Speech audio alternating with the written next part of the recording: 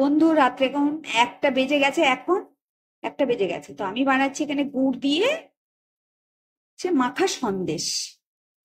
দেখুন মাখা সন্দেশটা বানাচ্ছি, কেমন হচ্ছে বলবেন। পুরো গুড় দিয়ে বানাচ্ছি, তো বানিয়ে আপনাদের দেখাবো যে কত সুন্দর হয়েছে।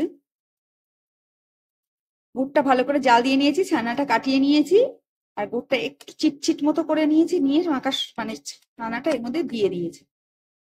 তো দেখুন হয়ে গেছে। এবারে আমি একটা, কি সুন্দর হয়েছে দেখুন, পুরো গুড় দিয়ে বানানো আর ঘি দিয়েছি একটু। এবারে এগুলো একটু তিন কোনা তিন কোনা করে নেব, নেড়ে নেড়ে। ভীষণ গরম, গরম অবস্থায় করতে হবে। তো দেখতে পাচ্ছেন আমি কালাকাঁদ বানিয়ে নিয়েছি। এটা একটু তাড়াতাড়ি করে করেছিলাম, এটা দেরি মানে ভালো হয়েছে, আর এগুলো একটু হয়েছে কেননা মানে একটু দেরি হয়ে গেছে, এই জন্য। গরম ছিল প্রচুর। তো কত সুন্দর হয়েছে এই দেখুন, দারুণ খেতে। একটা করে এর উপরে যদি বাদাম দিয়ে দিই তাও ভালো লাগবে। খুব সহজে এইভাবে মিষ্টি বানিয়ে ফেলতে পারেন বাড়িতে। ভালো লাগলে আমার পাশে থাকবেন, সাথে থাকবেন।